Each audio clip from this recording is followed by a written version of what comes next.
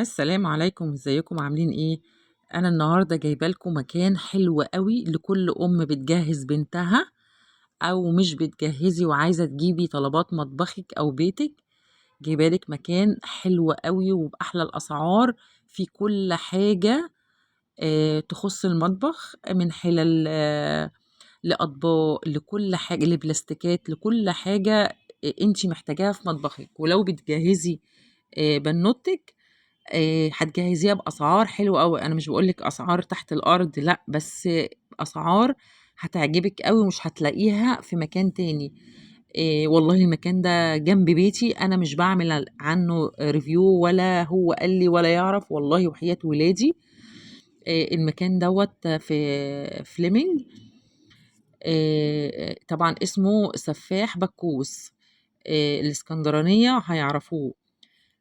ولو أنتِ من إسكندرية يبقى المكان ده هيعجبِك أوي، أوي، أوي، وكل حاجة موجودة عليها أسعارها. ولمّا بتاخدي كمية، يعني لو بتاخدي طقم حِلَل على طقم صيني أو أي حاجة بتاخديها كمية، مش كمية يعني لو بتاخدي مثلًا كام بلاستيكة على كام طبق على، بيعمل لِك خصم رهيب. حلو أوي. يعني هو مش أطباق وحِلَل وأواني وبلاستيكات بس، لأ ده كمان منظّفات اللي مش هتلاقيها برّه، هتلاقيها عند سفاح بكوس. عنده كل حاجة، وهاورّيكم دلوقتي أنا اشتريت من عنده إيه، آآ وتقولوا لي إيه رأيكم في اللي أنا اشتريته.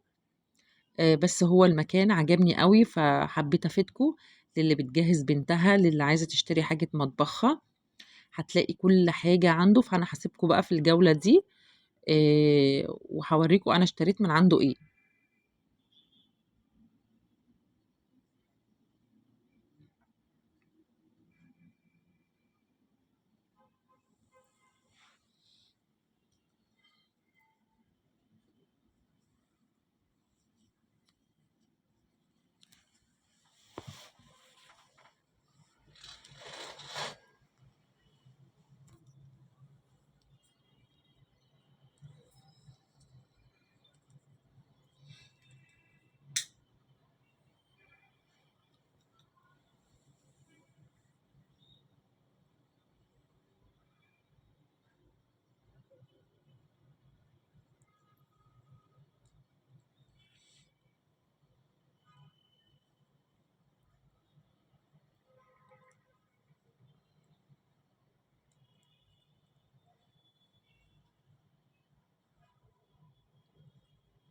ازيكم عاملين ايه؟ قبل اي حاجة بس كده نصلي على الرسول عليه افضل الصلاة والسلام.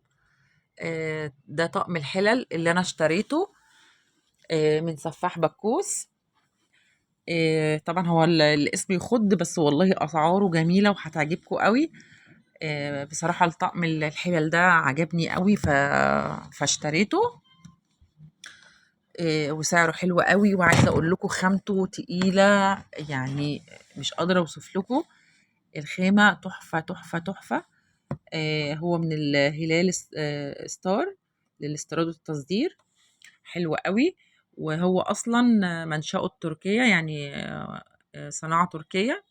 طبعا احنا بنشجع حاجة بلدنا، بس هو الطقم ده عجبني، فحبيت اوريه لكم مشترياتي يعني. وجبت بقى شوية بلاستيكات، بس طبعا يعني ايه، حاجات مش مهمة، حاجات انا محتاجاها في البيت، البلاستيكات، وبأسعار حلوة قوي قوي.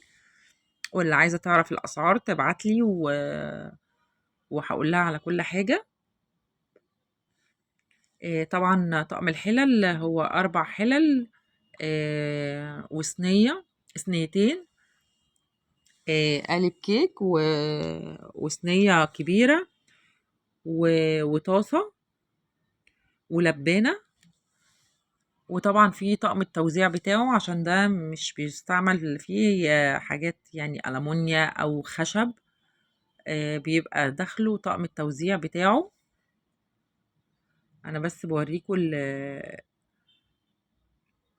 بصوا الصينية بتاعت الكيك.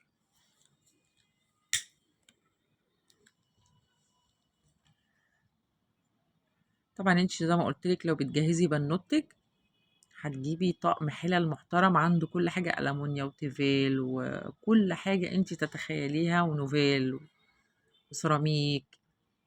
أي حاجة انت يعني عايزاها هتلاقيها عند سفاح بكوس. بس أنا طبعا ده تيفال، يعني هو ألمونيا ومطلي تيفال. فلو في حد جرب الطقم ده اللي هو مصنوع من الألمونيا ومطلي تيفال، تقول لي ايه رأيها فيه. برضو بحب اسمع آرائكم. فاللي جربته تقول لي الاستخدام ايه. انا لسه والله لسه بفتح الكرتونة دلوقتي قدامكم و... وقلت اوريهولكم واعرفكم المكان اللي انا جبت من عنده. ده طقم التوزيع. وبعدين الحلة محفورة، يعني الحفر بارز، مش كتابة لاتش كده على غطا الحلة أو الحلة ذات نفسها، لأ، هي الكتابة محفورة. يعني ده يعني يدل إن انتي جايبة حاجة أصلي، مش جايبة حاجة مضروبة. وشوية البلاستيكات اللي أنا جبتهم برضو إن أنا محتاجاهم في المطبخ.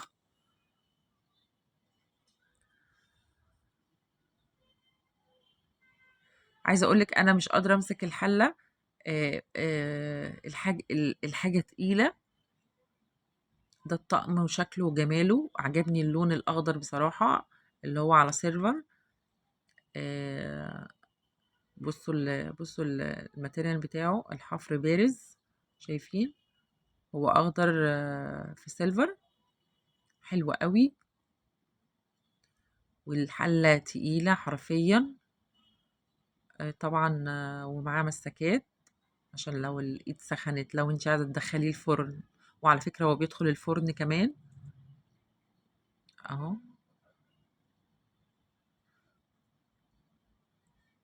اللون ده طبعا بيبقى اختيارك انتي، بس انا عجبني اللون ده.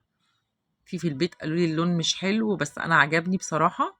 فاللي جربت النوعية التركي دي تقول لي. واشوفكم بقى في حاجة تانية، وما تنسوش اللايك. والسلام عليكم ورحمة الله وبركاته.